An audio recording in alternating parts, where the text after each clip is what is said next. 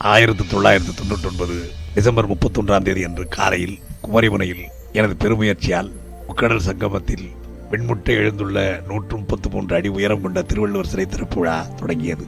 பேரவைத் தலைவராக இருந்த பிடிஆர் பழனிவராஜன் அவர்கள் திறந்து வைத்த ஓவிய கண்காட்சி மற்றும் நூல்கள் கண்காட்சியை நானும் பேராசிரியரும் அமைச்சர்களும் பார்வையிட்டோம்.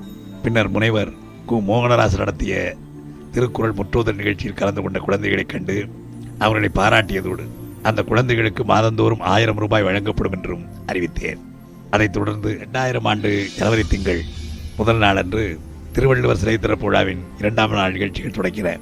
முதல் நிகழ்ச்சியாக குறள் அமுதம் கோட்டம் முதல் குமரி வரை சிறப்பு மலரினையும் கனடா ராம்மோகனின் குறுந்தகடு ஆகியவற்றையும் மத்திய வனத்துறை அமைச்சராக இருந்த தம்பி டிஆர் பாலு வெளியிட்டார். சிறப்பு மலர்களை முனைவர் வாய சுப்பிரமணியம் அவர்களும் குறுந்தகட்டினை முனைவர் வாசிய குழந்தைசாமி அவர்களும் பெற்றுக்கொண்டனர்.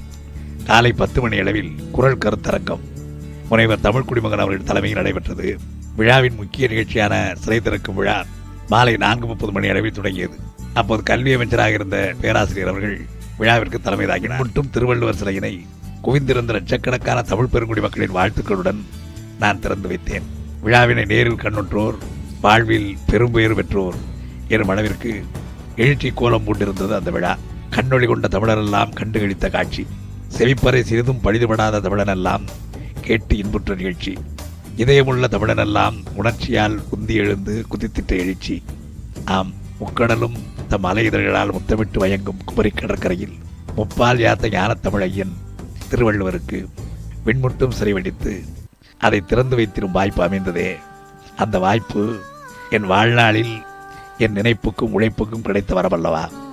வழக்கமாக கதைகளிலும் புராணங்களிலும் வரம்பெறுவோர் எல்லாம் தம்மை வலுப்படுத்தி கொண்டு தமது ஆதிக்கத்தை அகல விரிப்பதிலேயே அக்கறை செலுத்துவர்.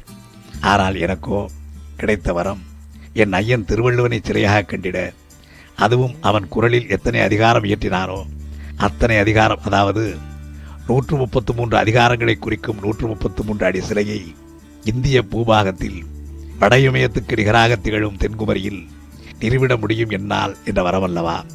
அந்த வரத்தை துஷ்பிரயோகம் செய்யாமல் அதனை நிறைவேற்ற வேண்டும் என்பதற்காக 25 ஆண்டு காலம் நித்தமும் தவம் செய்தேன். அந்த தவம் பலித்தது, என் தாபம் தணிந்தது, பிறவி எடுத்த பயனை கண்டேன் முழுமையாக.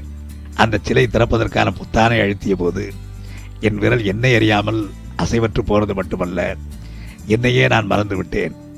நாதசுர இசைவாணர்களும் தவில் வித்வான்களும் அவர்தம் பக்கவாத்தியக்காரர்களுமாக சுமார் 300க்கும் மேற்பட்டோர் ஐயனின் சிலை திறக்கப்பட்ட போது இசை முழக்கம் திக்கெட்டும் எட்டிடச் செய்தார்களாம். மறுநாள் காலையில் மற்றவர்கள் சொல்ல கேட்டுத்தான் 133 நாயன இசை குறித்த செய்தியே எனக்கு தெரியும். அந்த அளவுக்கு மெய்வறந்து போயிருக்கிறேன். சுமார் 3/4 மணி நேரம் பேசியிருக்கிறேன். இளமை பருவம் முதல் எந்த ஒரு தத்துவ வித்தகரை இமை பொழுது மறவாமல் எழுத்தில் பேச்சில் இயக்கத்தில் நினைவுபடுத்தி கொண்டே இருந்தேனோ, யாருக்கு வரலாறு போற்றும் வள்ளுவர் கூட்டம் அமைத்தேனோ, யாருக்காக ஆண்டுதோறும் பொங்கல் திருநாளுக்கு மறுநாள் வள்ளுவர் திருநாள் என அறிவித்தேனோ, பேருந்துகளிலும் பயணியர் விடுதிகளிலும் ஒழுக்க போதிக்கும் குறளை எந்த ஒளிமிகு இயந்தலுக்காக எழுதச் செய்து உருவப்படத்துடன் அமைத்தேனோ, யாருடைய குறளுக்கு குறளோவியம் தீட்டி பின்னர் 1330 குறளுக்கும் முறையும் எழுதினேனோ, அந்த ஐயன் திருவள்ளுவருக்கு 25 ஆண்டு கால பெருமூச்சுக்கு பிறகு சிலை அமைந்தது.